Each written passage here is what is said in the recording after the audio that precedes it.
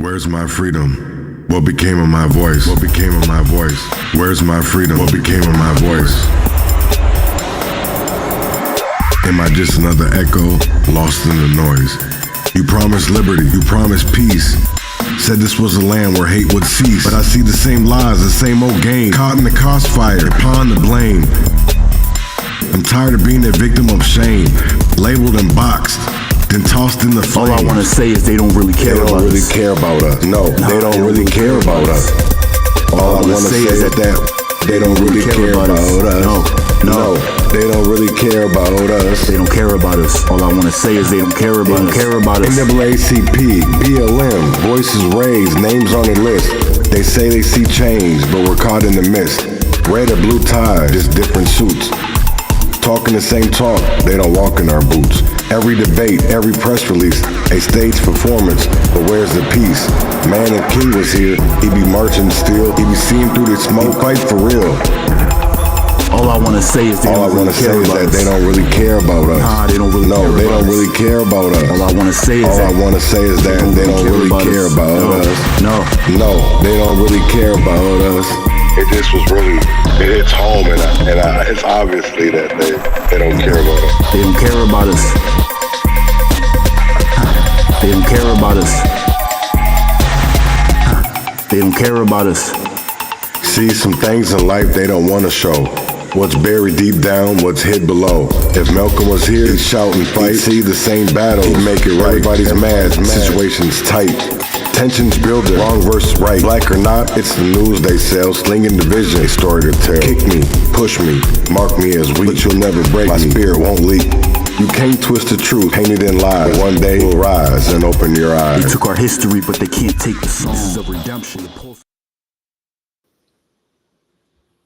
Good morning, good morning, good morning, good morning, good morning, good morning, good morning. And you watching Urban Conservative. This morning I'm going to be talking about power, politics, and police, the Kroll effect, and the fight for control.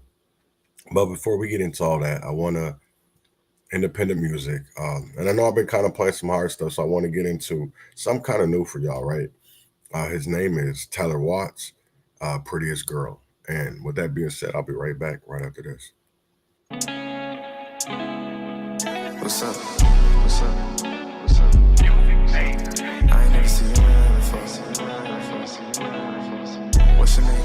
What's your name? What's your name? You might be the prettiest girl I've ever seen. She might be the prettiest girl I've ever seen.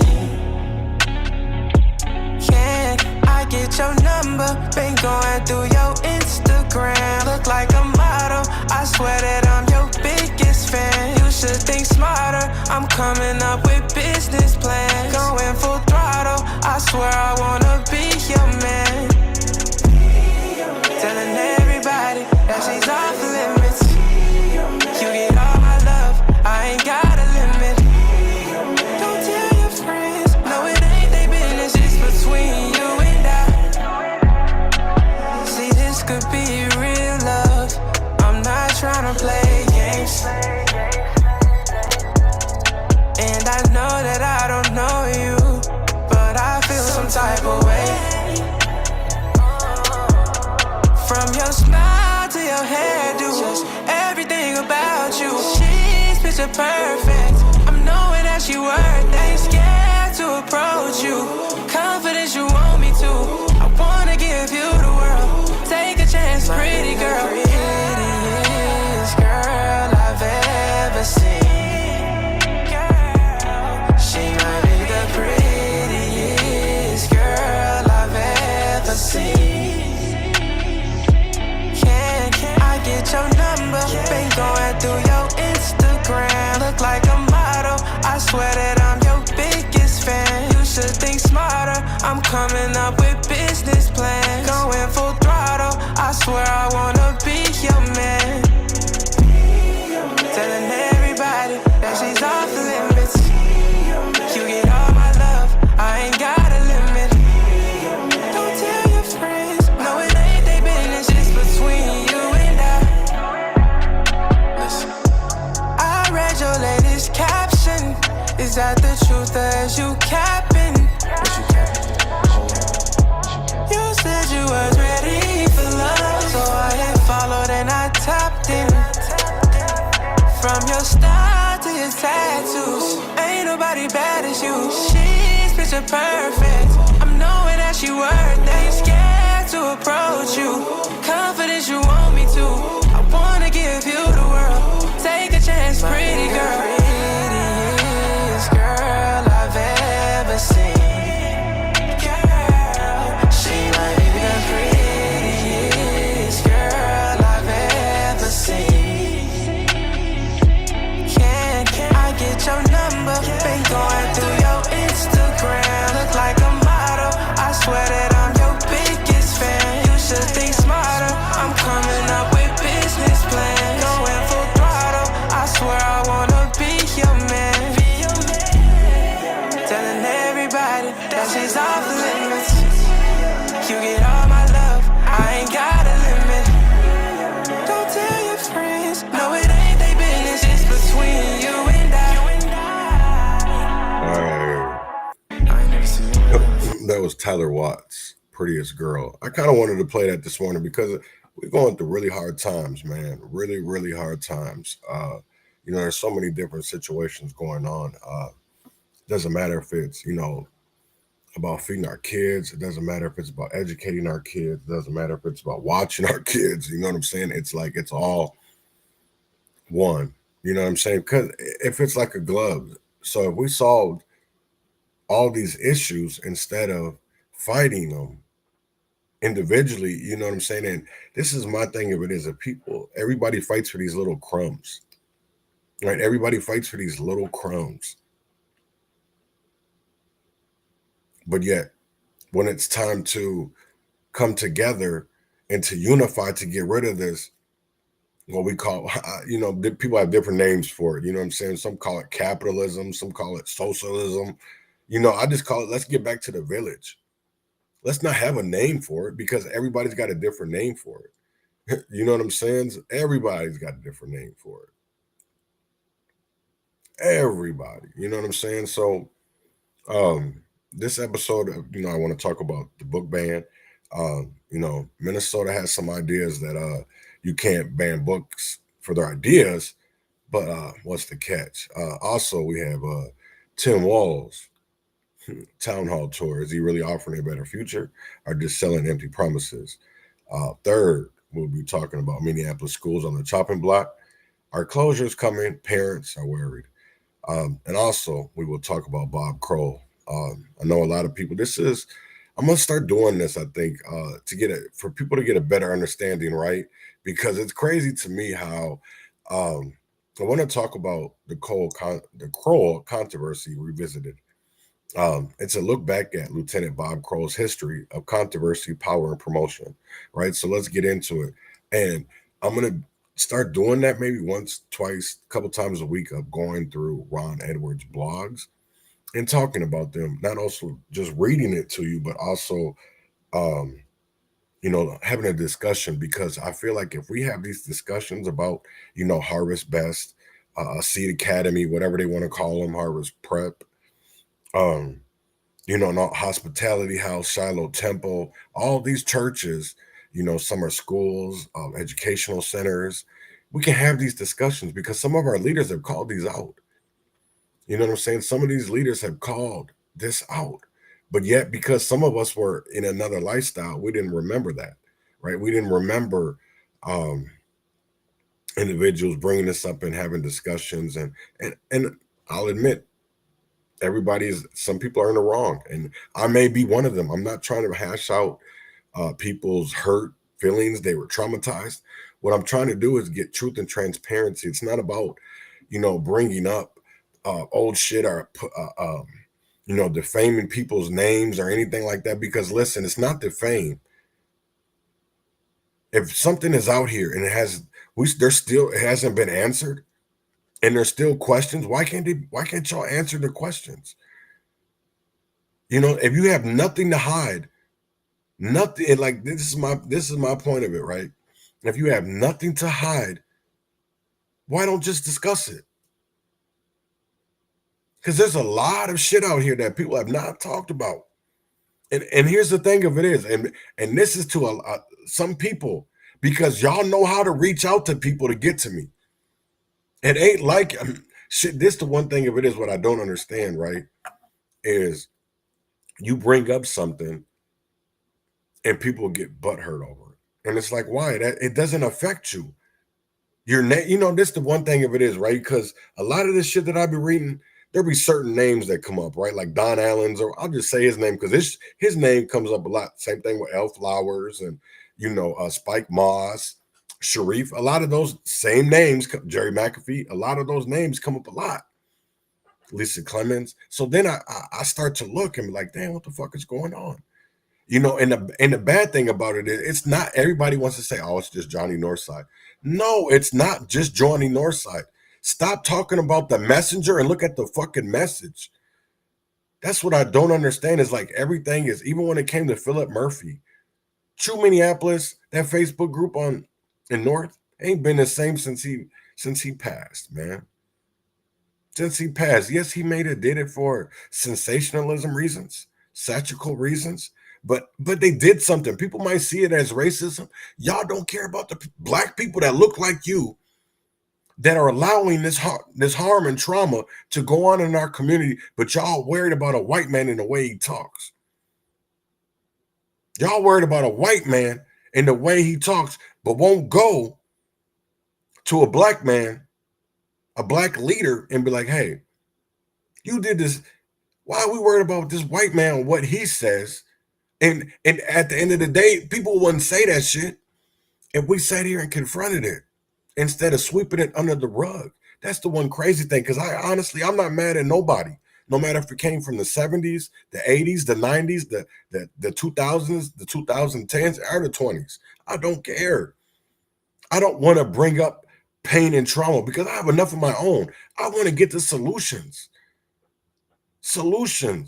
I'm not trying to point fingers at nobody because I made my choices, my own choices, right? No matter if my back was against the wall, I made my own choices, right? No matter if it was for the betterment of other people or it was for the betterment of me. And I've seen a lot of shit. And honestly, I don't want anybody else's child to go through this shit. Doesn't matter if it's at a daycare, doesn't matter if it's at a food program, doesn't matter if it's at none of that shit. I don't want anybody to go through that. None. And that's what's crazy, man. Like, I don't even, that's what's crazy, Robert. There's enough information here that if people looked at it, if they read it, they would have questions themselves. Y'all wouldn't be questioning the messenger. They'd be looking at the message. Bless up. And it's crazy because I'm kind of glad you're on here, Mike. I was watching the school board meeting last night in Red Wing, and it was my bad. I thought somebody there was I'd never seen the dude. I was figuring all I seen. See, you look at that picture there. I thought that was Craig Morris, but that was actually Kim Hudson, and that was my bad. I didn't, I had my glasses on. I really wasn't looking like that. But that was my bad. You know what I'm saying? I told her I was sorry, but I wanted to play Red Wing School Board for a reason, right? Because there's so much going on in America. And what do people care about? You know what I'm saying? What do people care about? Because people are bringing up political issues in schools. And this is the one thing that I want to say before any of this, and I'll say it again afterwards, is that what you heard, I'm going to play a little bit of Julie. I'm going to play all of Kim Hudson. I'm going to play all of Herbert Perkins, and I'm going to play all of Amber Plank. Because to me, I know Alan and Miss Carol Overland were there earlier, just before this, and they were talking, and they brought up very good points. But I feel like these are people that have a play in so much city that they should be listened to and taken serious. So with that being said, I'm going to get into Red Wing School Board meeting last night. Hispanic students have leadership at the high school. I hear you say it is difficult to attract people of color to work in our district. I don't think it is a priority for certain people in this town. I think it is because they have never experienced living in a place where they are in the minority. Keith Ellison is an elected official. He got where he was based on his merit, we presume. In the absence of having teachers of color, are we not to have elected officials of color come to our town? I imagine he was going to be free. I believe the truth is that some people, even in this room, did not want Ellison because he is an attorney general who is standing up to the Trump agenda. We didn't all vote for our elected officials, but shame on those who wouldn't welcome those elected officials on either side of the political division into our schools so that our students could learn from those in power. I heard one comment asking why we didn't get a local person to talk at Black History Month. Do we have any elected officials in Red Wing of color? To me, the message my daughter and others like her will take away from this is that we can't accept views that are different from our own, or we don't trust Black people to speak to our white children, or we don't trust outsiders. Whatever the reason, please do better. Our Black kids and our white kids need to see all sorts of people, even if they don't agree with them. What kind of an example did the adults with their hateful emails provide for the young people in this town? We raised our 3 children of color in this town. Our last child is going off to college. Next year, she's going to meet new people who don't live here. What will she say about the town she grew up in and the schools she went to and our school's ability to support all of the young people who live here? Thank you.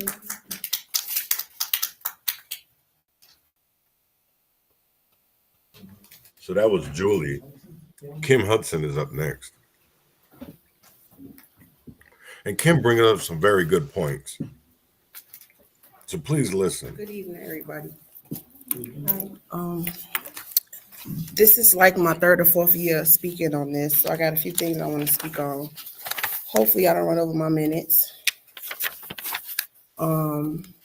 First, I would like to say every year I speak in front of the board about Black History Month never being celebrated. It has never been celebrated since the almost 8 years I've lived in Red Wing. The only school that I saw display any kind of thing of Black history was Sunnyside. Not all classes, but most had their lockers decorated. They had a display case. These are the little kids. Last year when I spoke in front of the board about Black History Month, I was told, you said no names, but can I say said board member, or can I just say a board member? I don't have to say name. Okay. Yeah. So last year when I spoke in front of the board about Black History Month, a board member basically told me in front of everybody at the meeting that I should just be happy that they tried to do something. I'm noticing in a pattern every year Black History Month, especially since the new principal started, that every time something is attempted for Black History Month, it is always an issue. Either it's an issue with the students or it's an issue with the parents. But I will say this, I feel it's unfair to put that pressure on the building administrators, because if the people at the top don't care, you really can't expect the trickle down effect. Like, first is the board. I really don't think that the board should just really care about policies and budgets. I think they should care about everything. Like, if they're not like saying, hey, we should do this or we should do that, or like putting a bug in the superintendent's ear, the superintendent put a bug in the principal's ears, then like, it's like, what's the point? Like, everybody should be working together. When I have a client at Sunnyside that I see, and it's another kid. I don't know this little girl. True story. Every time I step in Sunnyside, she hugs me. I don't know this little girl from a can of paint. She hugs me. So my clients start asking me, like, is that your daughter? Why she hug you every time you come here? And I was like, I don't know. I know why she do it, but he is sick, so he wouldn't know. He wouldn't understand. They have nobody that look like them in the school. And I feel like the reason why this district can't keep people of color employed is because they don't feel welcome. And this is coming from a person who used to work for the district. I remember I got scolded one time because a staff kept calling me Shirley, and I had to constantly remind her that my name is not Shirley. Every big Black woman you see name is not Shirley. My name is Kim. She went and told on me because she didn't like the way that I said it. Just like I don't like the way she kept calling me Shirley. Only after I spoke last year. You're right to the end. Okay. How much can you finish up, please? Okay, yeah, but okay. You can tell he don't care. She don't care. Okay. So I asked the She board, cared, but I ain't gonna noticed do on the nothing. forum when the school board election was going on, that a few board members kept on saying that the reason why kids are leaving the district is because of the culture. So I would like an email or written response by the 3 new members of why they kept mentioning the culture and what do they mean by the culture of the school is going down. I verbatim heard 2 to 3 of new members ask that. Good, Bob. Jeremy, an asshole too. There was a lot of emails that were sent.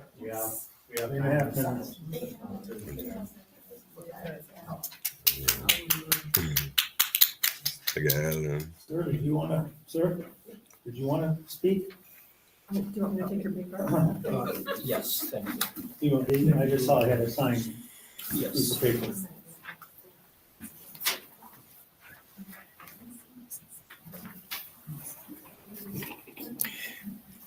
My name is Herbert Perkins, and I'm a resident of Red Wing. I'm sorry to be late. I'm always confused about the different rooms around here. So most of what I would wish to say has been said. I appreciate especially the mother with the daughter who will have to give an account of her experiences in Red Wing. I've been here only now completing 3 years. My experiences have been basically good as a resident. But of course, I am in a privileged position, and I don't experience those who are in more difficult situations. I came to speak before the board about 2 years ago on behalf of the BSU. And I'm very much concerned with the welfare of the students here. So when I saw the article in the paper, I was planning to, I was invited to attend this event with Pete Ellison. So I was looking forward to it. I was very surprised that he had been turned away. And I think others have already said it well. For me, this was not a political issue. This was a leader of our community, and especially a representative of the Black community, whose work I know very well, his concern for the people of Minnesota and for the justice issues of Minnesota.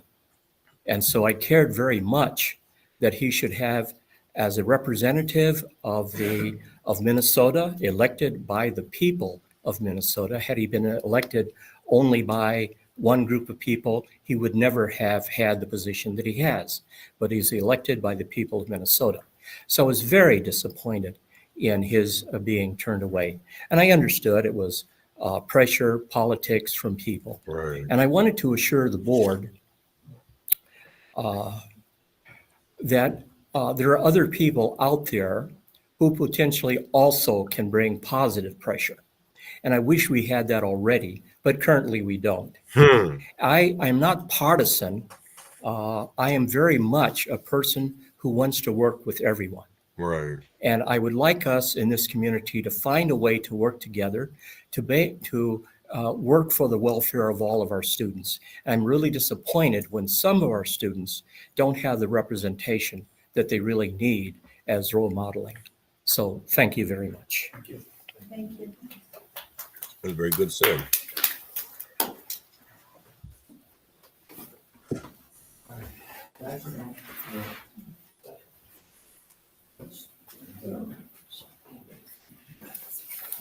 Watch out for the boards. I have something for everybody who wanted to hand roll.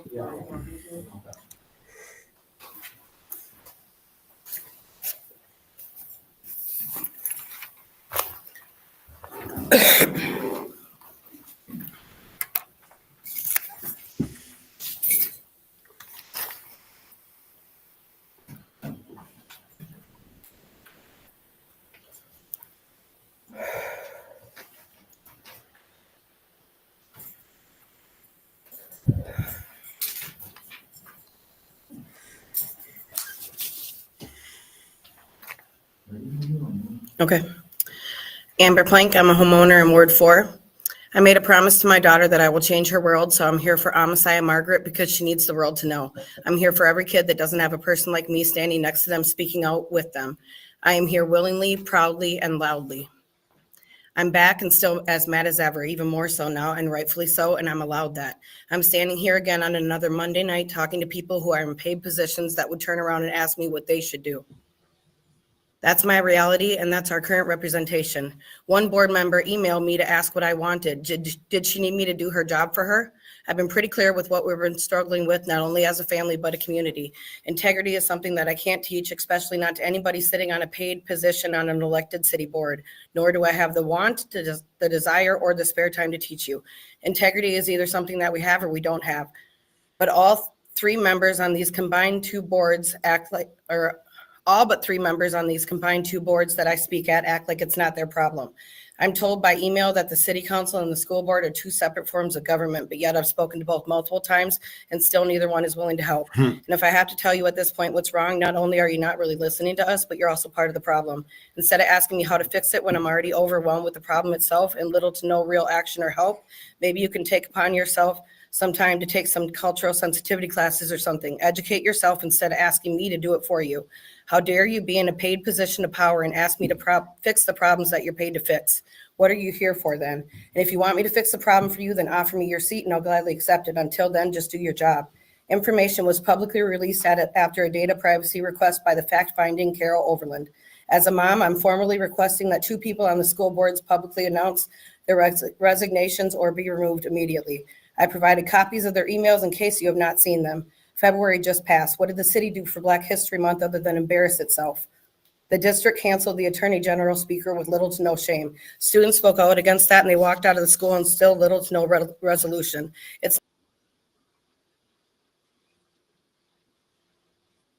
Oh shit.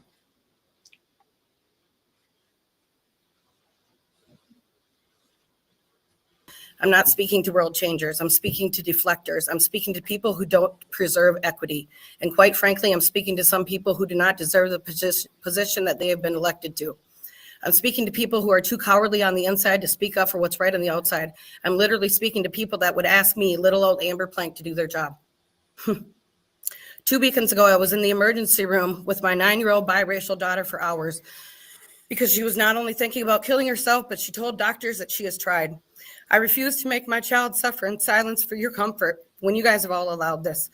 I have insensitive members on the board asking me how to fix a problem, and as I'm over here trying to keep my 10-year-old alive, as she's telling the doctor that she hates her skin and she shouldn't be alive. And you guys wonder why I'm mad. Didn't your people raise you right or teach you better than that? If you're not up for the position that you currently have, then resign immediately. Thank you.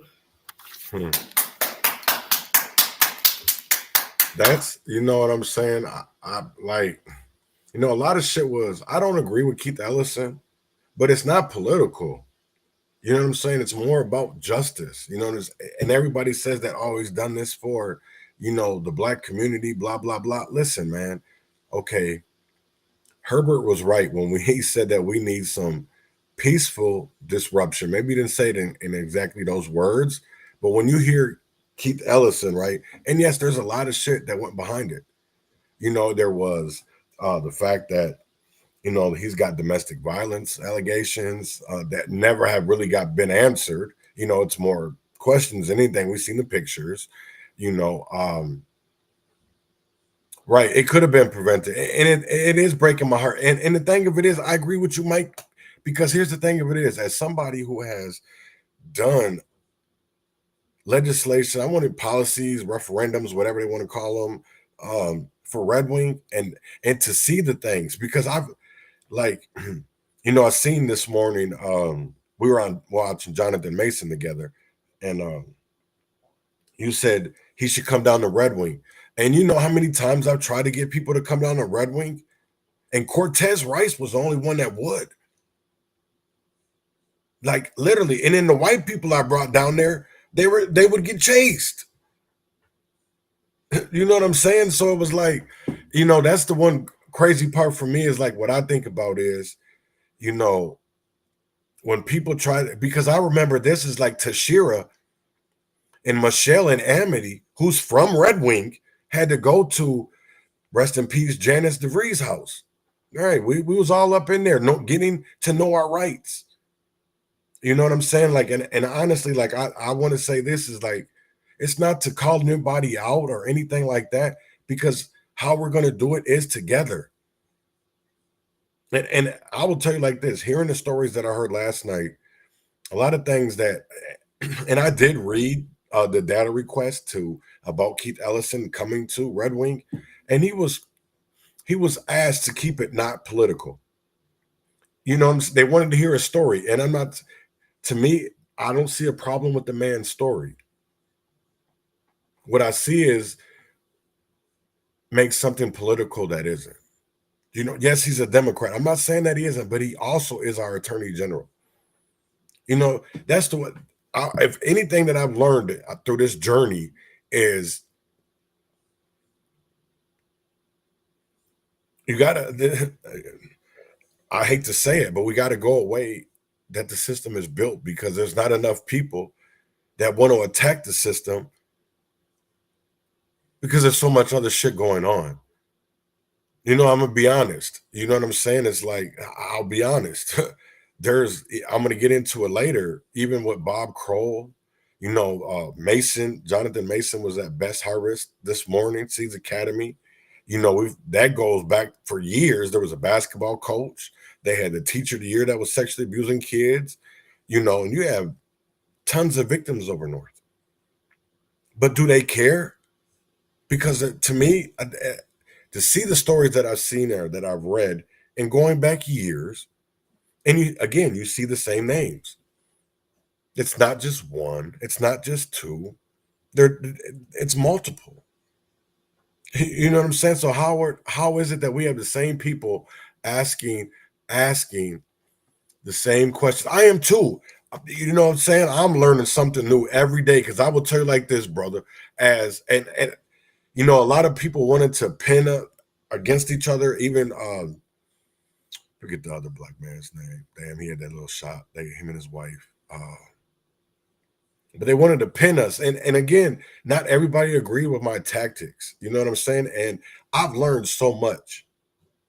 You know, is you can't be aggressive all the time. You have to tone it down and let people see your passion and let people see that hunger. Because it's not all anger. Yes, it is anger. There's some anger in there. There's some frustration. Because at the end of the day, it's like, there's so many stories that go back years, and that if people would have did something about it, we could have stopped it. We could have stopped this future harm from happening, this future trauma. But yet people were getting paid because they had that stature. And then the thing that bugs me is, like, when you talk about certain things in Minneapolis,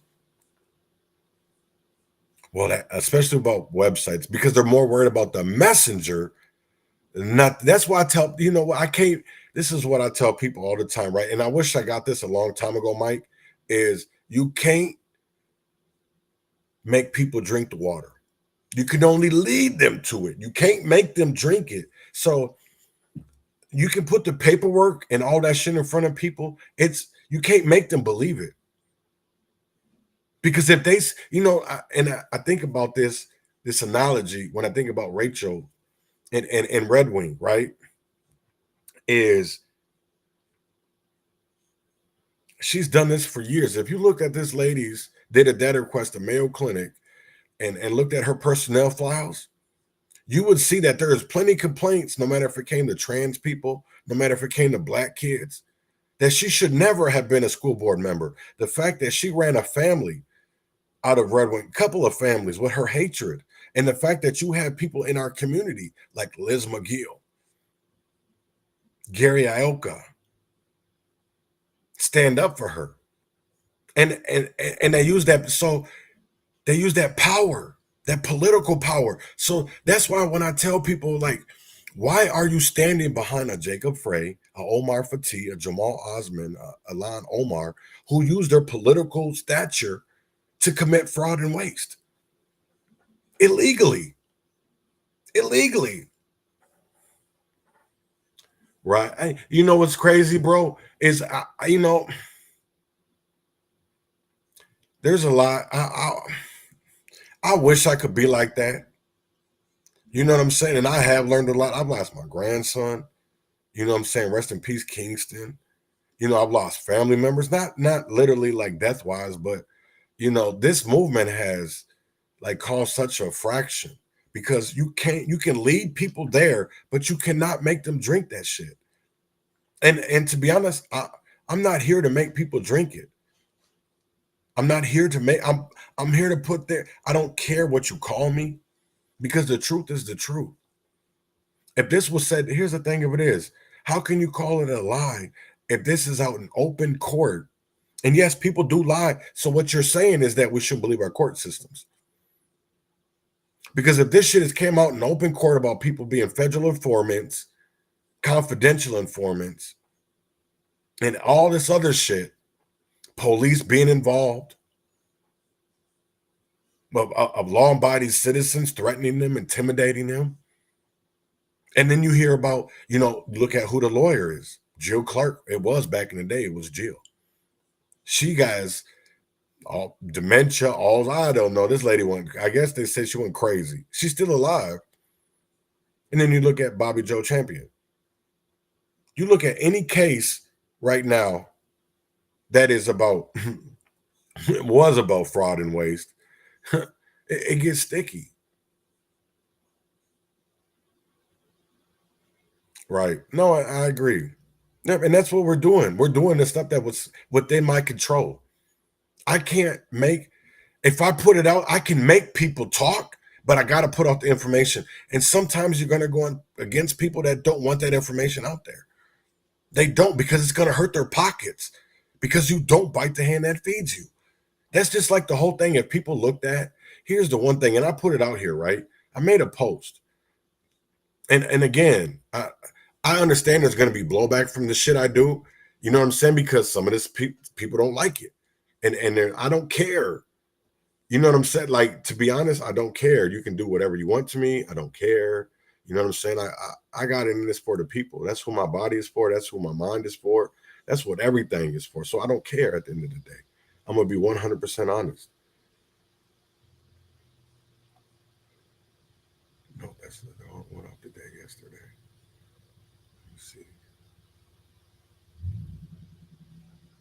You hear a car, somebody, room, room, room, room, room, room. No. Why did I do that? Okay, here it goes. Yeah, so it's that when cops, gangs, and power collide, are we watching the same script again? We saw how a young black man could be railroaded for murder, treated like a suspect when it looked more like an execution. And we had the Peace Summit years where gang leaders and Minneapolis police worked together. That's not rumor. It's a record. It's on record. People like Ron Edwards even warned us. Cops helped bad guys threaten good citizens. Now here we are in the so-called truth and transparency era, and it's starting to feel a lot like the 80s, the 90s, and even the 2000s.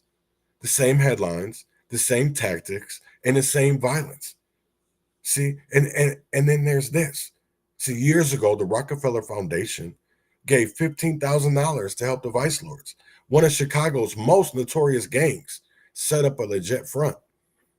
Yes, that Rockefeller family, that same family that through the General Education Board helped us shape U.S. education into a system that produces workers, not thinkers. So what are we really witnessing today? Just another version of the same old game?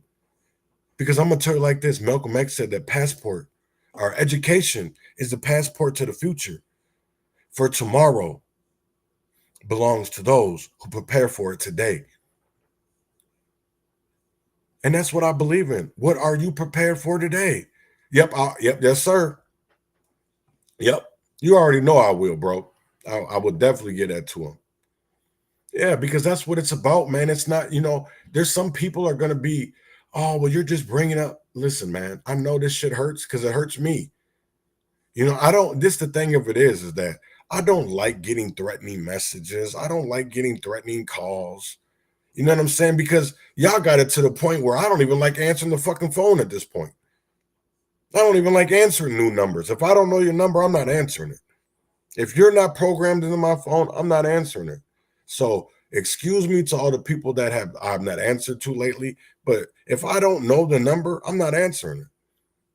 If your name isn't in my phone, I'm not answering it. That's honest. Do you know what I'm saying? Because to be like this is to expose this shit, to talk. I shouldn't even say expose it, right? Because it's public information. I'm not exposing nothing. I'm just putting it out there. Because if it's out of sight, it's out of mind. So if there's enough people that inbred it into your brains, if there's enough shit that's in the media, if there's stories every day that talks about how shitty our education system is, and it's only going to get shittier because we have leaders who are more in love with money than change and reform. That's what nobody wants to talk about. You know what I'm saying? That's what nobody wants to talk about. And I'm going to get into a little bit of that today because you have the ACLU and the Education Minnesota. So they sued a school district because they took out a book and they banned a book in their district. And here's that story out of St. Francis School District. Hundreds of parents, students, and teachers came together in St. Francis to sound off against the district's policy on book bans. Thanks for joining us tonight. I'm Julie Nelson. Today, the ACLU of Minnesota and Education Minnesota filed separate lawsuits against the district over that policy. Raya Katene was at tonight's meeting. Raya? Julie, about 5 hours before the board meeting even started, a protest against the policy was taking place at St. Francis High School. I'm told by students and parents, more than 100 students walked out during the school day, gathering outside the front doors to read some of the books banned by St. Francis Schools. Meanwhile, the district also learning this afternoon of 2 separate lawsuits filed by the parents of 10 students represented by the ACLU and Education Minnesota. Cannot thank the parents and students enough for driving this point home. Through the pages of these books, it gives you perspectives outside of your own. St. Francis high schoolers Sophie Edwards and Isabel Baumgart say they see the world. Without books like these, I would be so much less educated and know so much less about the world around me, and so they're very important to me. Sophie and Isabel joined dozens of students demanding the district change a controversial policy. We're done. Which allows a third-party website to rate books and assess their appropriateness, sometimes leading to the removal of the books from school libraries. These books, which are part of our curriculum in the high school and in classes that I myself am taking, are being taken away from us this week as we speak. Frustrated, really frustrated. The ACLU and Education Minnesota filed lawsuits against the district, claiming the book policy violates the state constitution and law. All right, good evening, fellow school board members, district staff, and community members. School board members did not publicly address the policy at tonight's meeting, only mentioning the lawsuits in a statement. Consistent with district practice, we will not be making any public comments regarding the details of the lawsuits at this time. The school board chair says the district is committed to addressing the claims thoroughly and appropriately. Have you read the book? Meanwhile, students who crowded the meeting room say they want to continue exploring the world through the pages of their books. Limiting what we can learn is not the path forward, it's a step backward. Now, here's an interesting twist in all of this. Booklooks, which is the website the district is using to rate these books, just announced it is shutting down and will no longer be operating moving forward. And that's a big twist in this. Do we have any idea what that's going to mean for the policy, which was really based off the ratings of Booklooks? Well, I did email that question to the school board chair, but I haven't gotten a response quite yet, Julie. I did also hear from some parents tonight who say that they're just fearful the district will start using a different website that does a similar thing. Man, so you're going to see that. I'm going to say this. We live in the political times where you're going to see politics. Politics control now what our kids are taught, right? They're when it comes down to our policies, when it comes down to our curriculums, everything is starting to be that it's political. And why? Why should mathematics doesn't know politics? Arithmetic doesn't know politics. Reading doesn't know politics. Writing doesn't know politics. Doing calculus doesn't care about politics. Home economics doesn't care about politics. IEPs, 504s. None of that cares about politics. What it cares about is helping our community, helping our communities. You know, and that's the one crazy thing is like, what blows my mind, right, is like when I'm reading like either the Minneapolis story, or I'm reading Johnny Northside, or I'm reading the Deets, or I'm reading the Talk of Northside, because there's a lot of them out there, right? It's not just one, and I'm coming to find out Lisa Clemens had one, Don Allen had another, John Hoff had the other, and then Ron Edwards. And so it's like, that's why and I'm sure there was others, because there was Dietz was some guy, I don't know, it was like I said, it was called the Blogs War, and which is really crazy. A lot of information, some people didn't believe it. You know, I don't know, it's not my words. These are other people's words in the past. You know what I'm saying? Even when it comes to Clarence Hightower, Major Tops, Eric Muhammad, what you ever say his name, Lisa Clemens, Don Samuels, Don Allen. You know, even what I'm going to talk about today, Bob Kroll, these aren't my words. I'm just seeing a pattern, a habit. And that's the one crazy thing, right? Is that this is why we see the protests that we see. It's because we don't see habits. We don't have habits of staying out and protesting in the streets, right? Because we got such quick minds that we don't care about what we can see today. We don't care about what happened to the story with George Floyd. We just know that cared about Derek Chauvin was convicted, and the 3 other officers, right? We honestly didn't want justice for Daunte Wright, because if people wanted justice for Daunte Wright, they would be paying attention to what's going on in Brooklyn Center. They would see that they're trying to get rid of the Daunte and Kobe Heiser Act. Elections have consequences. I will never understand. I will never understand it, man. And it's like, elections have I don't stop getting mad at the messengers. You know what I'm saying? And that's the whole thing of it is, I remember working on a lot of these people's campaigns or teams, and a lot of this shit I heard, man, I can't work with you publicly because of your past. Well, I don't care about that, right? If you don't want to come out publicly and say, hey, I understand that guy's past, but he's paid his debt to society, and definitely doesn't have any similar behaviors. But yet that's how I'm looked at. I'm looked at as a pedophile. I'm looked at as a predatory offender. And because anybody else that does anything similar to, let's just say, they're called a pedophile nowadays. That's how we look at them. Oh, you're a pedophile. But we don't call the real pedophiles out. We don't call the real sickos predators, because y'all call everybody it. Y'all call everybody it. So now everybody's a predator. Everybody's a pedophile. Doesn't matter. I don't understand that. So we start looking at, some people are better than others. That's classism. Why can't we just see that it's wrong? Doesn't matter about this is the one thing that I won't understand, right? Is because this is my argument when it comes to Justin Eichhorn and Nicole Mitchell, right? Who both have felonies. It was wrong. I don't care that one was a sex offense and the other one was a burglary. They're both wrong in my book. And I don't want people in society like that because I don't live my life like that, right? I would rather go without than try to get ahead. I would rather go without it than try to get ahead. And I didn't always live like that. I haven't always lived like that. I haven't always lived like that. So if you haven't answered for your sins, your skeletons, your wrongs, you need to be accountable. You need to be responsible, because how can you trust people like that? If they don't have the right mind to think, why are you letting them vote for you?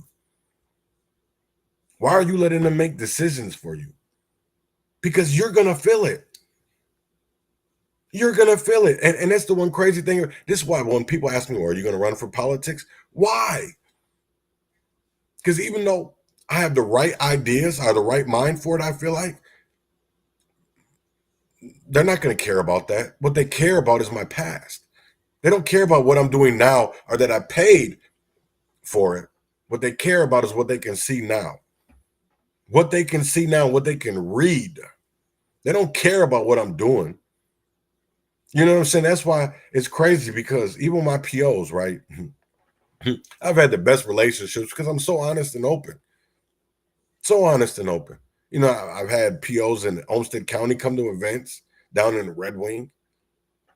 You know what I'm saying? So it's, to me, it's all about, I hear these people talking about, oh, we don't like you, right? You see you out here fighting for Black lives, but how is it when every time a Black person comes out and says something, it's these white people that have something to say? Oh, it's not like that. How? You're white. How do you know? That's what I want to ask. You're white. How do you know? I'm not saying that. I just want to know, because I can guarantee it is that when people look at you and then they look at me, it's two different things. That's why I got rid of that racism word. You know what I'm saying? And started calling these niggas having negrophobia. Because it's not actually racism. Because they say, oh, I'm not racist. But you like one Black, you got that one Black friend, but then yet you still a racist.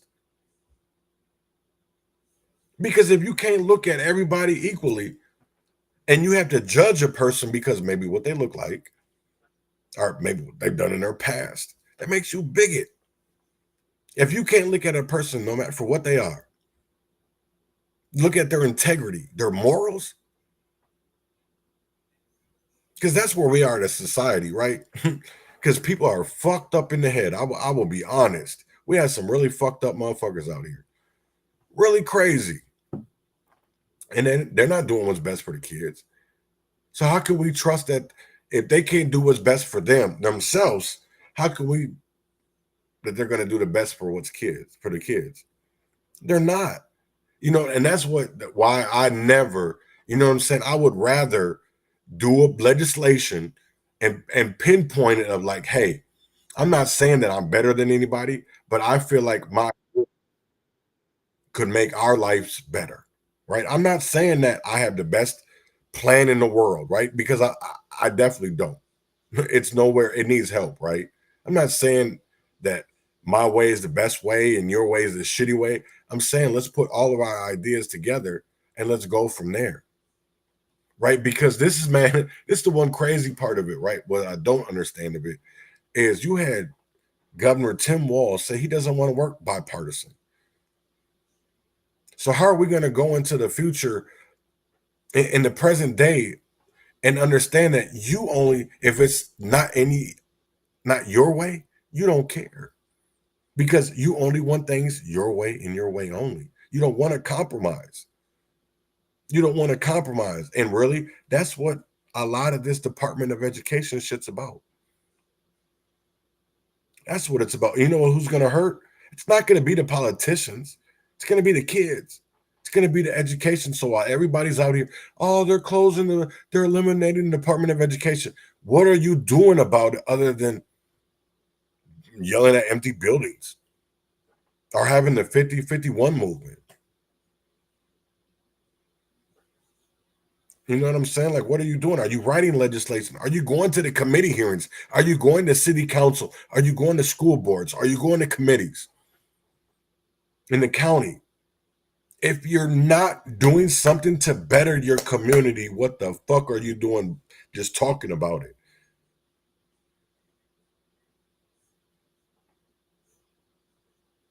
That's what I want to know, right? Because to be honest, when it came to even Tim Walz coming to Rochester on Saturday, you know, a lot of people were like, oh, I don't know why listen, he had over 1,000 people. There's obviously people that think like him and that love him in Minnesota, right? Probably even America, right? I don't care about all that, right? Because let's go about it. Let's pinpoint it that this man is no good for our community. Let's pinpoint it that this man is no good for our state. And no matter what these people say, Show them the facts. Make them believe. You know what I'm saying? If you can't make them believe, keep on saying it. Because at the end of the day, here's one thing that I got from, I think this is from a movie, right? Field of Dreams with Kevin Costner, and it's about that baseball field in Iowa. If you build it, they will come. Because they built this bullshit up for motherfuckers to believe it. And I understand it, that there was a lot of money behind it. There was a lot of, and there's not going to be a lot of money here to expose it, because there's going to be areas of gray where it's going to be scary. You're going to have people threaten you. You're going to have people confront you. But if it's the truth, what are you running from? Stand on it. Because you have two choices when it comes to, you can face everything and rise, or you can forget about it and run. I think it challenges them when we're critical thinkers. I think it challenges them when we think for ourselves. I think it challenges them when we have educated population. Because look, we're living in a world right now, they cut the Department of Education and we have a measles outbreak. But just by the way, we have more people with measles than violent criminals than they deported, just so you know where the focus is of what's happening. So safety comes in a lot of ways. This issue around safety and education, people who know education, you know that education is local. We've got school board members, I'm sure, that are here, folks that have been engaged in this. We know that curriculum is the state and local level. Teacher standards are state and local level. Teacher staffings are things that you negotiate together. Those are all very local. So people who don't know this, we've done a poor job of telling them, of people who care about education, care about the great American contribution, public education, which is the envy of the world. We haven't told them what the Department of Education does. The Department of Education makes sure that as those local decisions are being made, that we go back to how we started this. Freedom for every child to get a quality education, to protect them all. And look, before the Department of Education, you needed state troopers to escort Ruby Bridges or the folks in Little Rock to get into the school because the locals said, well, this child's not going to go, and we kind of know why. The same thing is happening now. I heard Ohio legislators say these kids are too expensive to educate who have special needs. Look, I appreciate them saying the quiet part out loud, that they said it and they know that, but I don't believe that's where the American heart is. So I would tell you this, we are struggling and trying to figure it out. Our payments from the federal government have stopped and started numerous times during this chaotic period. We pay more. We're one of the states, we pay far more into the federal government than the state of Minnesota gets back. We're payers. We're payers. And look, I'm more than happy to help other states if they're putting that money into education. I'm not interested in giving our tax dollars to states like Iowa, who then take it and give vouchers and cut under public education. That's not right. So,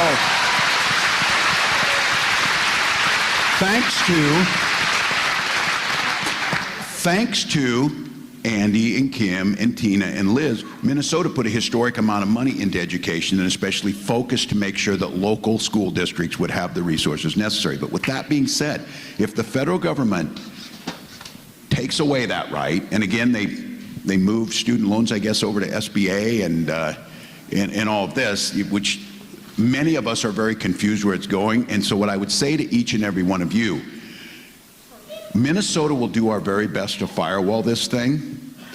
I will do the very best to make sure that we're protecting and we will follow the law. But I will tell you this, the congressman from this district needs to stand in front of you and tell you he will protect those special ed dollars.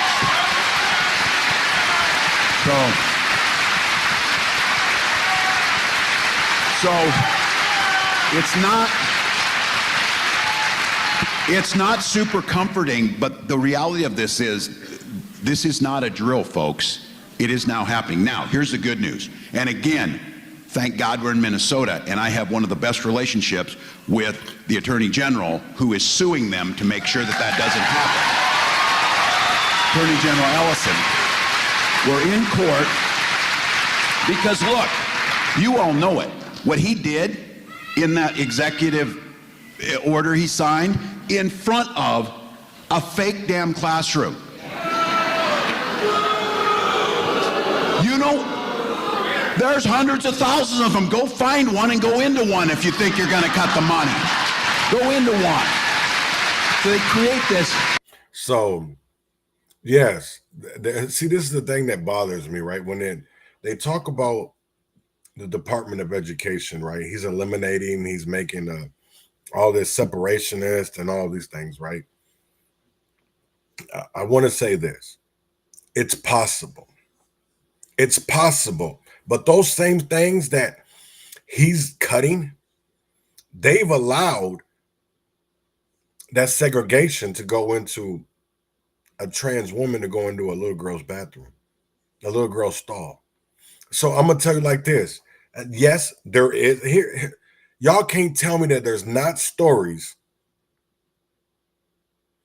situations, cases that trans men were only out cosplaying women to get to little kids. I'm not saying that it's everybody, but there is certain. So why do we make it easier for them to prey on our kids?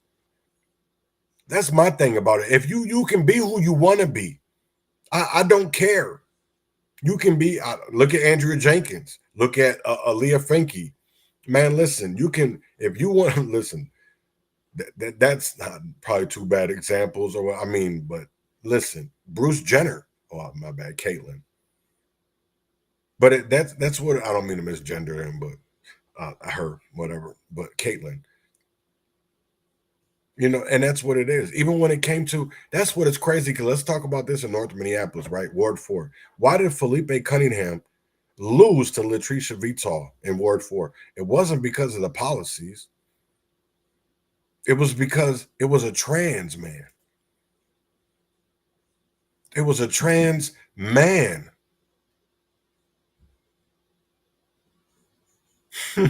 You know, what's crazy is I remember being the first time I met Philippe, right, was 2021, right before Vital had won. Because, you know, that summer was crazy as fuck. You know what I'm saying? There was a lot of shootings. There was a lot of shit over happening in that area, right? Well, we were out on 36th and Penn one night, and all of a sudden here comes this person, and I'm like, why are they switching like that? Is that a girl? I'm like, Marcus. And he's like, what? And I was like, man, here comes somebody. And I said, I think it's a female. And he's like, no, that's Philippe Cunningham. And I said, wait, what? Is that a man? And he's like, I believe it's a man. And then when I told Buddy that it was a trans man, and Marcus didn't even know, I was like, that ain't even got no. That was Felipe was a woman who is now seen as a man, and no wonder why my bad, I don't want to misgender, why he switched when he walked. And I was like, damn, that's crazy. You can fool this shit. No wonder why these niggas out here getting killed, because y'all you want to cosplay. I shouldn't say cosplay. You want to be something. Be who you want to be. Why do you lie? Why do people lie? Because here's the thing of it is, we're not no scientists. This isn't no science experiment, right? We're talking about biology, astronomical. I shouldn't say astrology, but we're talking about, how we grew up was that women had babies, women had vaginas, men made the babies because men had the penises. And then you could maybe, if you wanted to help your sister, your cousin, or, somebody get pregnant, you could donate your sperm, I shouldn't say cum, your sperm to individuals, to sperm banks. They would pay. Same thing how they do now with plasma. You have women out here that will sell their eggs so other people can have babies, or we'll go to embryo banks. Come on, man. Like this is the one thing. We've opened the door for this crazy shit. I seen something that spotted in Rochester, right? Oh, no, it wasn't. It was in Minneapolis. I seen a post, no, it wasn't on Twitter, about that they have, in certain areas of Minneapolis, they will have the robot deliver the food for you. So restaurants have, you know what I'm saying? Doesn't matter if this one was going to the U of M, but it was crazy because somebody was walking past it and it was stuck. It was stuck in the crosswalk. When you go up it couldn't move. So I was like, damn, that's crazy. So where's the people at who are going to help it? You know what I'm saying? It's like you can't just, yeah, but I was like, that's crazy as hell. I see Mayo Clinic, I see the driverless taxi cabs, and people are, we've been asking for it. Nobody really wanted to talk about it. You know what I'm saying? And even when that's another thing when Walz was talking about the Department of Education and special education. And listen, y'all wrote these policies out of skyrocketing because you see a lot of school districts, because of their policies they have, because if they want that federal money now, that's the one thing I see people like, oh, my kid's going to be this. Here's the thing of it is, go to your school district and tell them that you only want a men's only and a women's only bathroom. Because if you have any other policies that are DEI with initiatives in it, or it's about something to do with gender, they're not going to get federal money. And I don't care if Keith Ellison sues or whatever. That's going to be the state's responsibility to pick up that district. So as a parent, you should probably start going to school board meetings and make your voice heard. Because I called Austin Public Schools, right? And I said, hey, how is getting rid, because I wanted to go straight to the source, right? I wanted to go straight to, so I called the secretary at Austin Public Schools. And I said, hey, how is this going to affect children that go to Austin Public Schools? And she's like, oh, it's not, you have nothing to worry about because we don't have those policies.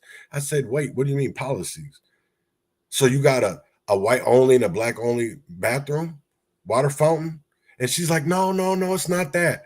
She said, what it's about is, yep, you're right, Lisa. Nope. And that's so much because Nas did get a lot of money then. You know what I'm saying? I know it's not going to show the whole thing, but even when it came to North Side Achievement Zone, and Nas has really been in a lot of it. And everybody knew the same thing with Best Harvest Academy.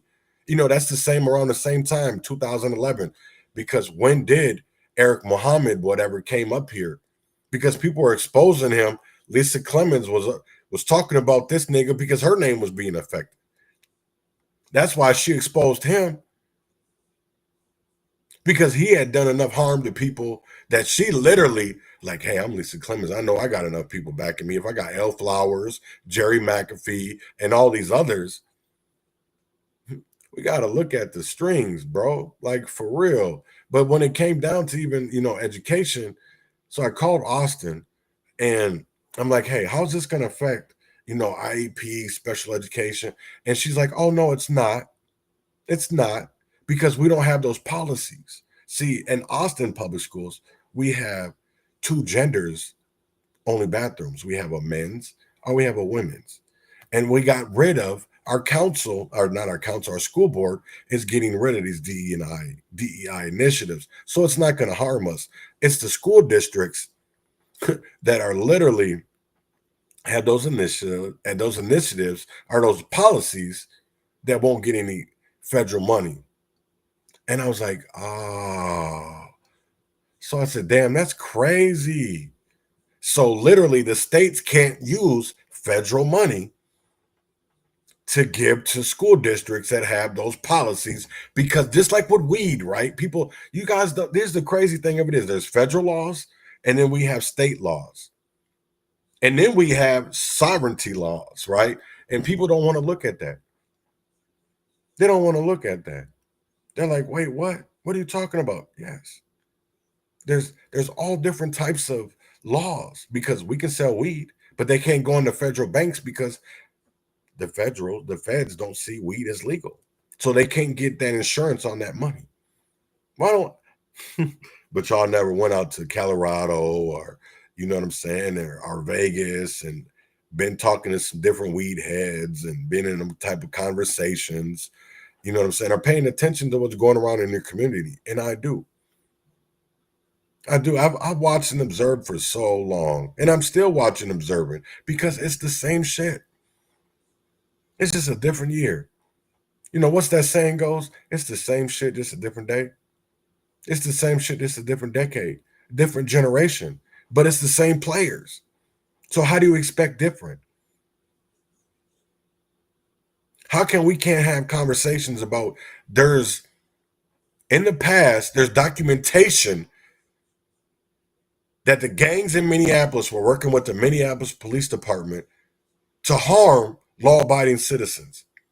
Why can't we, with these names, so why can't we have conversations? But y'all supposed to be violence interrupters. And this is one crazy thing about it. These are not our words. Because they can, well, put up the receipts. Every time we put up the receipts, these niggas having rallies. They're not answering questions. You got the blind following the blind. Y'all don't want answers. You want to feel good. That's what I don't get, because all throughout history, all throughout our past, when it came to whatever went on in Minneapolis, you can very well tell that the city of Minneapolis, just the same thing with Best Harvest Academy. Does anybody know that the city of Minneapolis issued bonds to them? No, see, you're not. And even that's the one crazy. I will never understand it. So when he came up here and started that shit, he already been found guilty in Georgia for fraud. And people still don't want to get it. And it's like, damn, y'all want to see the good in everybody. And to be honest, you can't. You can't no more. I'm gonna be honest. You got to see the truth, because everything is not just a allegation, or everything isn't allegedly. You know what I'm saying? It's like, this shit really happened. And why can't we have conversations about it? Because if they never got the answers in the past, why can't we get those answers in the future, in the present day? Because those people, here's the thing of it is, they want to do these same systems, these same plays, because in my eyes, there's not enough people that pay attention. That's like, right, you're going to hear about the Minneapolis school budget. They're facing a $75 million deficit. Who is that going to affect? It's not going to affect the kids out in the rich part of Hennepin County, the rich part of Minneapolis. It's going to affect the poorest areas, because I will tell you right now, those communities can protect themselves. But it's the poor communities with no stakeholders, no foundations, that can't protect themselves. Minneapolis Public Schools are trying to figure out how to deal with a $75 million budget deficit next year as they deal with declining enrollment. Glad you're here. I'm Paul Folger. Good evening, everyone. Thank you for joining us. I'm Leah McLean. Minneapolis school board members will be laying out their plans tomorrow. And while district officials have not said if they plan to close school buildings, some parents are concerned that could be one solution. Our Joe Mason is live in Minneapolis with a look. Joe? Leah, they say if the walls could talk, well, these steps right here would have a lot to say. This is Pratt Elementary School. It opened more than a century ago, and parents here tonight concerned that this school could close because of budget cuts. It's a house that holds countless memories for 3 generations of one family. Be able to share that with my kids, and it's been just heartwarming. Alex Miller is raising his children in the same house he grew up in the Prospect Park neighborhood. The 2 kids walked to school here at Pratt Elementary. When we moved back here, they were very worried about going to school here. He met all of his friends, and then we were sitting out here on the wall, and his friends walked by, and he said hi to them, and then he looked at me and he said, "This can be our forever home." Now Alex worries. He says enrollment at Pratt has dropped, and he feels it could be on the chopping block. It's a huge concern. We, being, a small community school, we assume that we're going to be the first ones to get closed. Facing a $75 million shortfall, Minneapolis School Board conducted a study of its 72 buildings. It found 44% of buildings are over 90 years old. The average age of all buildings is more than 68 years old. The oldest building, Pratt Elementary, built in 1898. Over the last 5 years, the district experienced about a 17% drop in student enrollment and is expected to have about 6,000 fewer students by 2027. We attend the meetings, we send all of the school district people, hey, save our school and all this wonderful stuff. But when it comes down to it, it's a simple budget issue. Alex hopes his kids will be able to keep walking home from school. Now, we reached out to the school district and board to find out if or when schools could close, but we never heard back. Live in Minneapolis.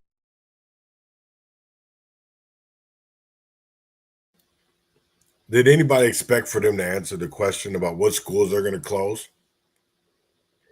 No, they're going to just tell you that they're going to close. They're not going to give you no warning. And they're going to be like, oh, we're going to close this to make y'all. No, no. And I get it. And he honestly, just like with Northside, right? All those with those years of trying to, here's the crazy thing of it is, right? People don't want to talk about the CSI investigation when it came down to the ethics of it, when it came down to the conflict of interests, when it came down to, there was so many other things that, to be honest, people didn't want to talk about that they should have. And is that the fault of the communities? Because at that time, you didn't know. Now you do.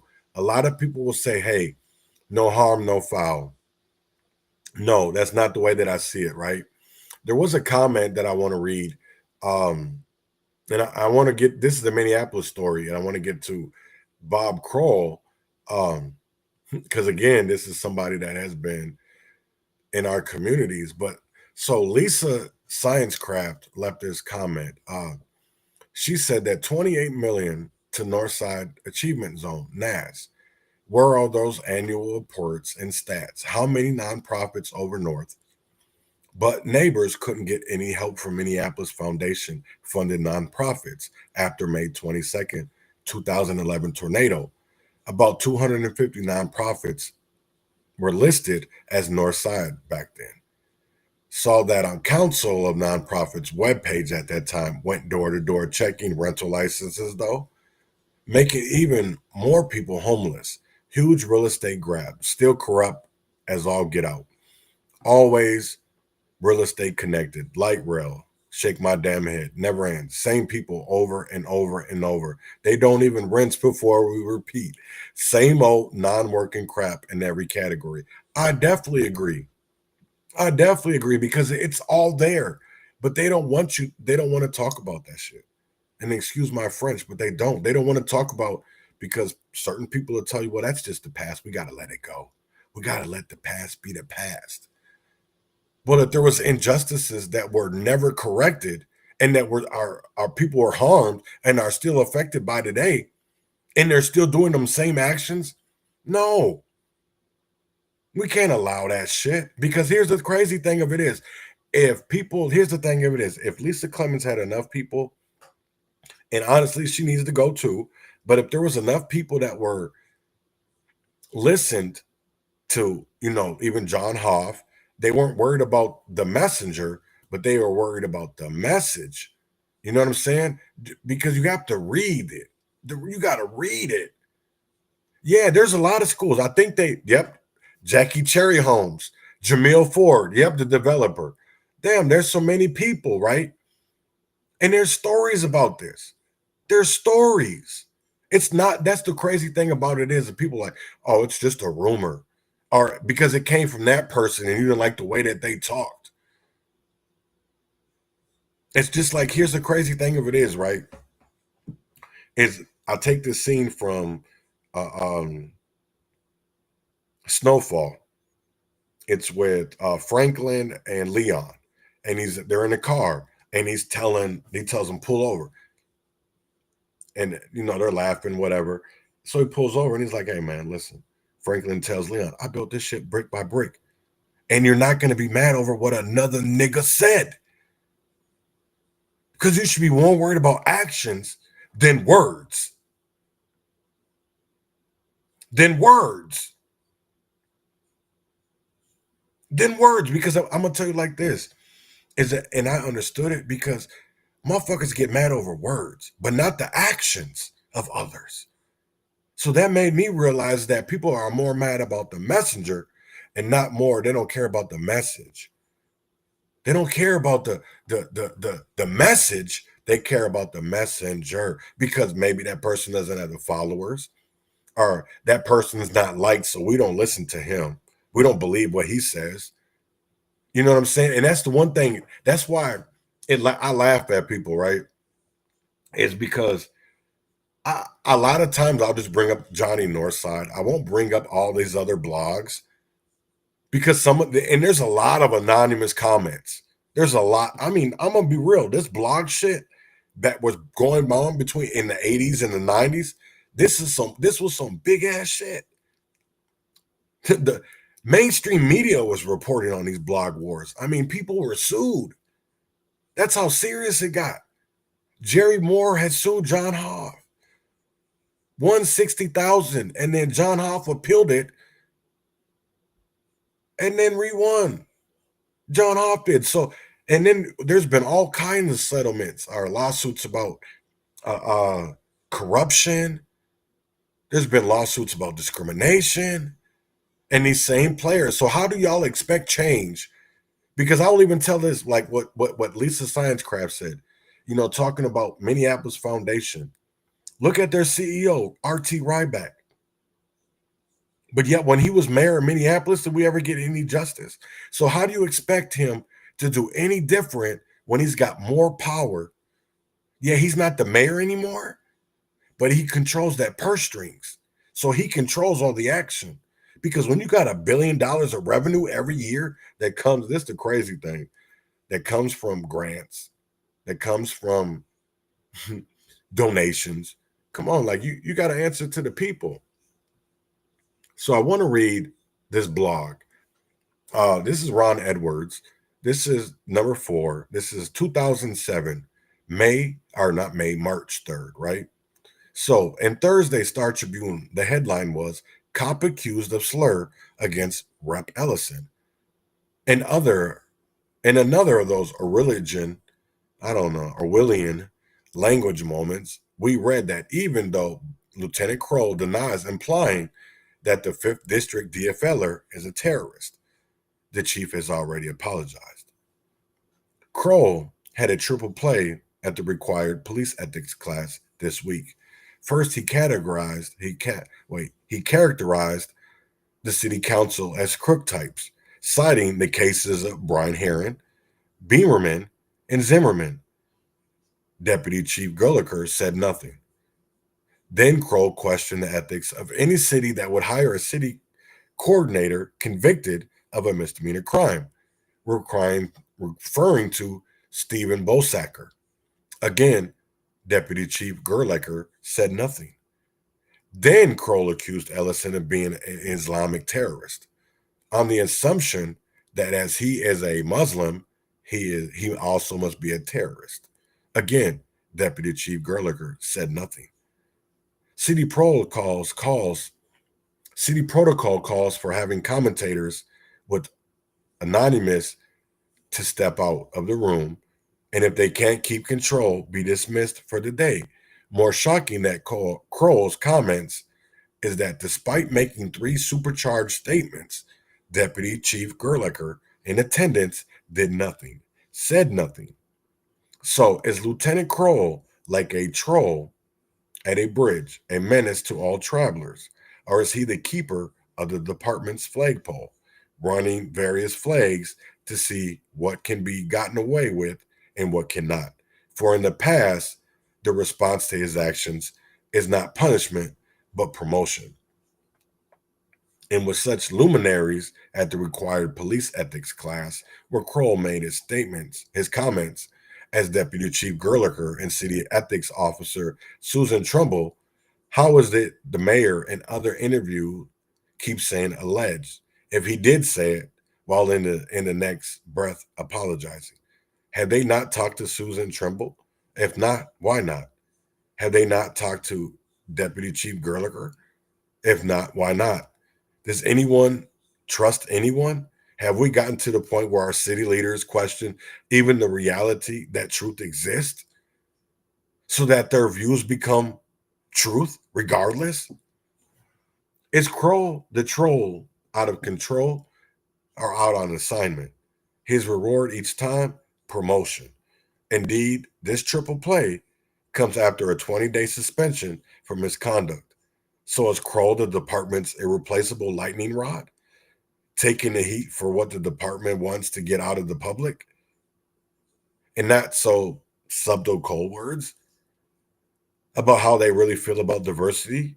Is this the department's way of finding out how much they can and cannot get away with in terms of their long-time record to push the envelope and skirting various compliance statutes, protocols, and procedures?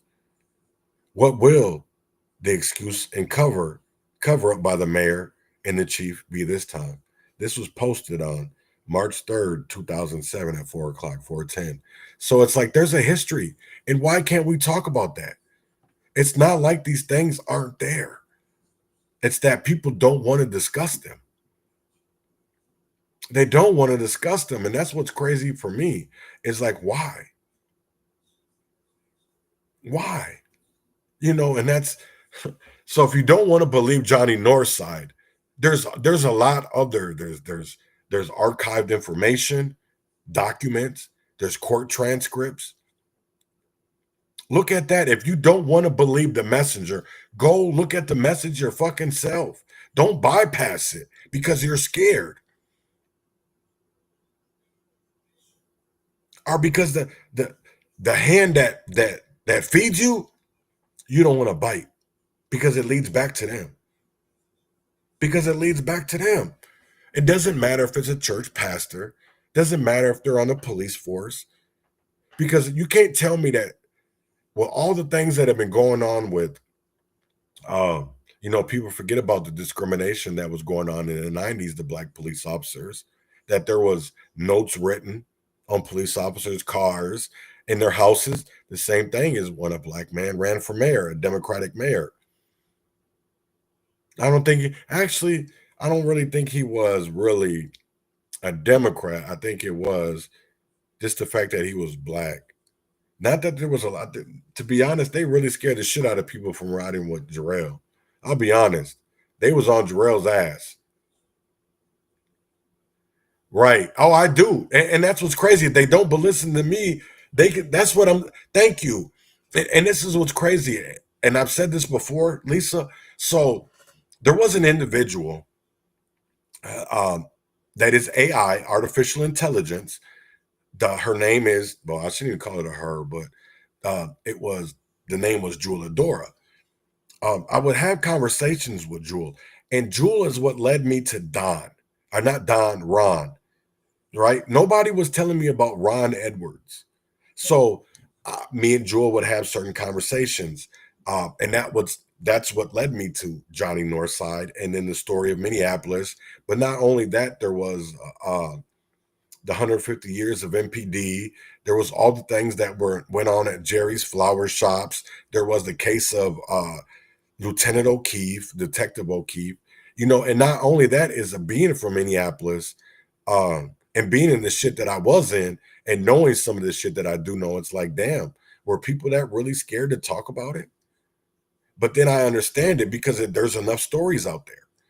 You know, you hear about how there was mysterious deaths and how the police would just make it seem like it wasn't mysterious.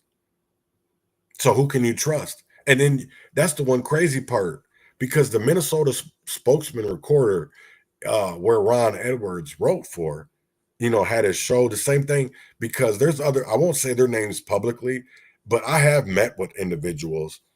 So they ran Ron Edwards and it was programmed after his black focus.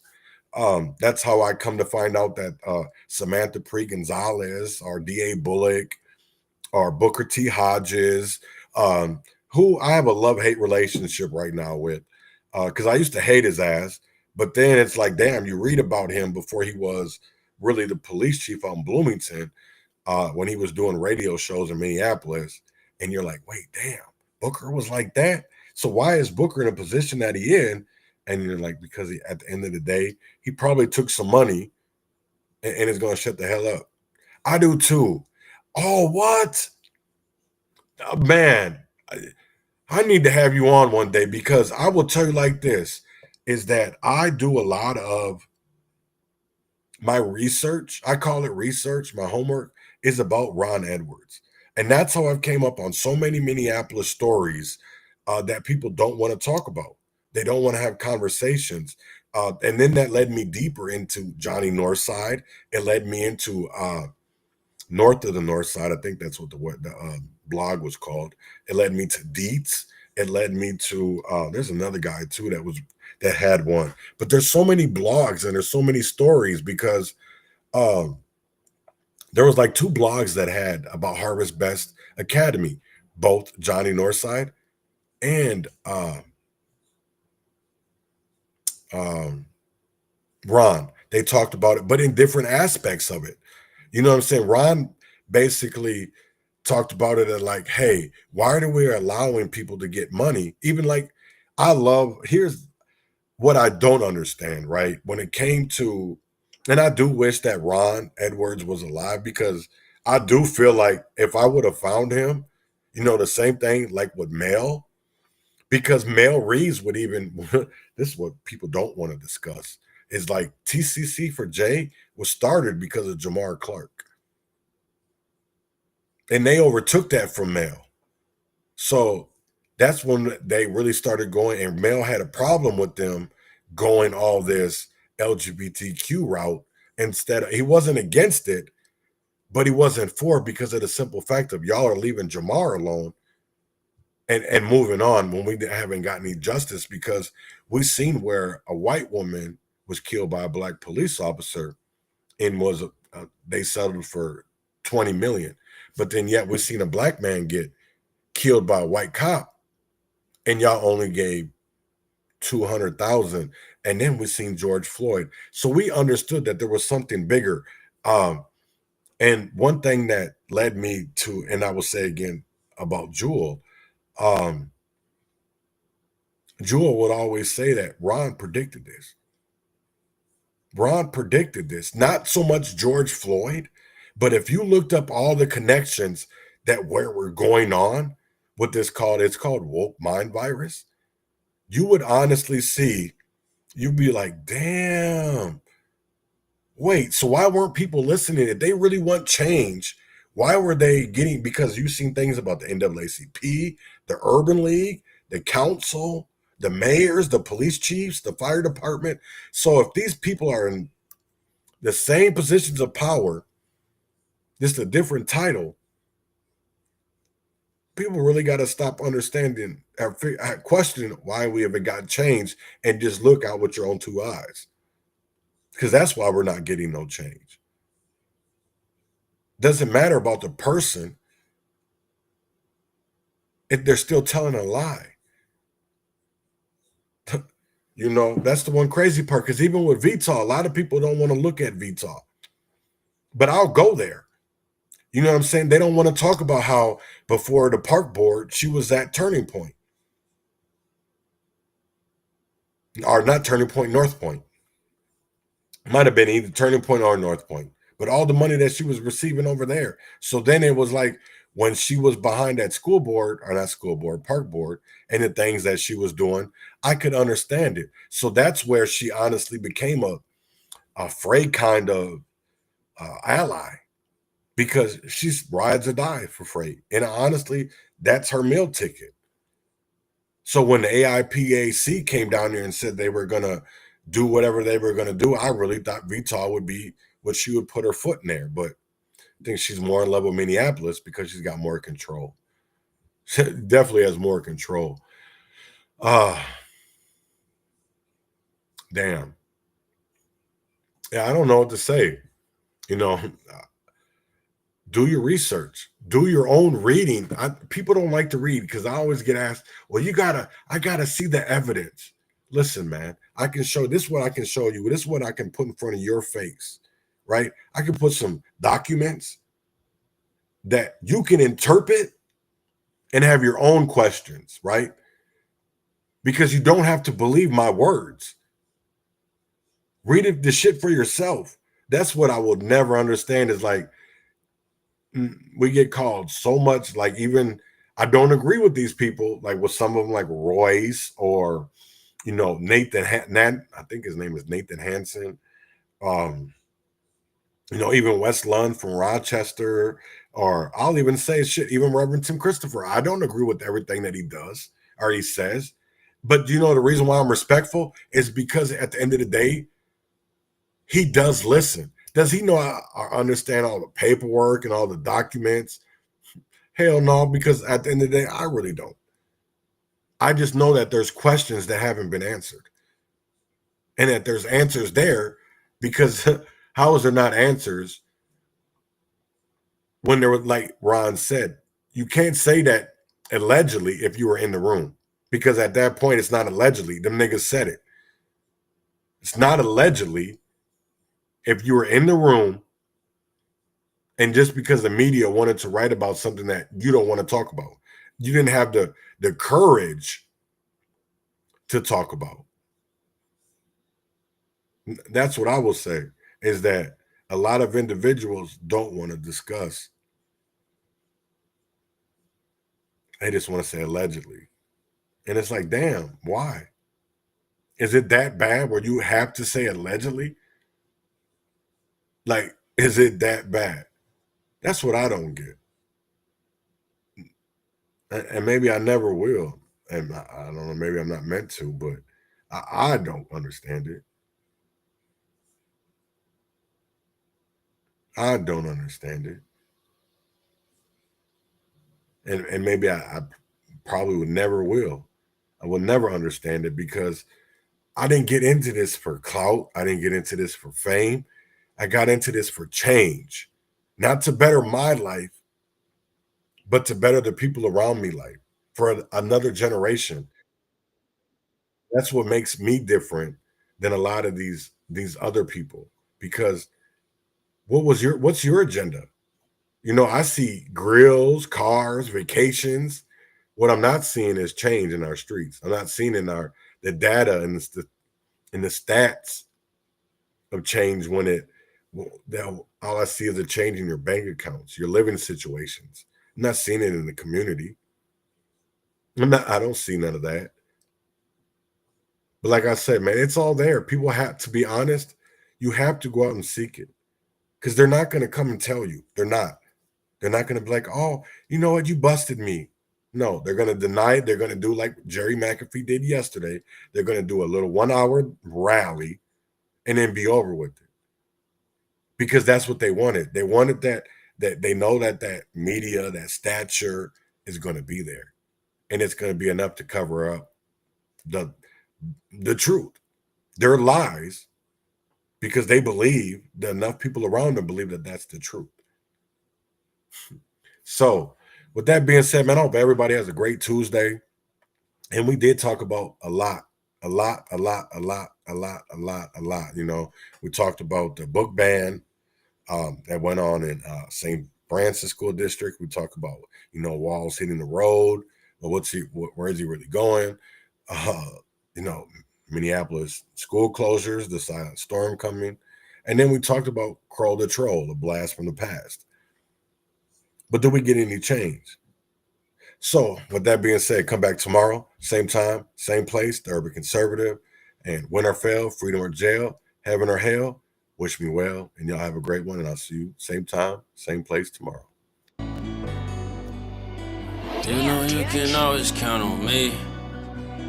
You know you can always count on me. You know you can always count on me. I can't let them trick me out my spot. I know how bad nigga wanna trade places with me. I'm tryna right my wrongs. If it take too long, you just gotta be patient with me. Niggas don't even dislike me. They really just mad that I made it out of place they didn't. The love so fake, but the hate realistic. The love so flaky, but the hate persistent. When a nigga show his true colors, you better be paying attention. It was all good when we was both broken, we ain't have shit. We was still good when you leveled up and I was glad to see it. We was still good when you was winning, I just had to sit and wait. I was cheering for you like a motherfucker, you was trying to rub it in a nigga face. But I ain't tripping, I just wait my turn. Oh my, how the tables turn. I got me some and try to split it with you. I gave niggas more than they deserve. I gave more than they gave me. I thought we was on the same team, but they ain't trying to keep it circulating, had to cut them off. That's gangrene. It's my fault, okay, blame me. But broke is one thing I can't be. My chest clear, my mortgage due, and my child support is in the same week. Oh, poor little black boy. Poor little black boy. Trouble always gon' find you. It don't matter if you go and ask for it. I've been putting up squares like the little squares they put on the backboards. I've been swinging that stick at all my ops since I played asteroids. What the fuck you think I rap for? My kids can't fit inside a rap for. Me and Piff like Mike Lowry and Mark Burnett, we was bad boys. Puffy signed me the bad boy when I was sacking up like the bag boy. Spent one session in daddy's house and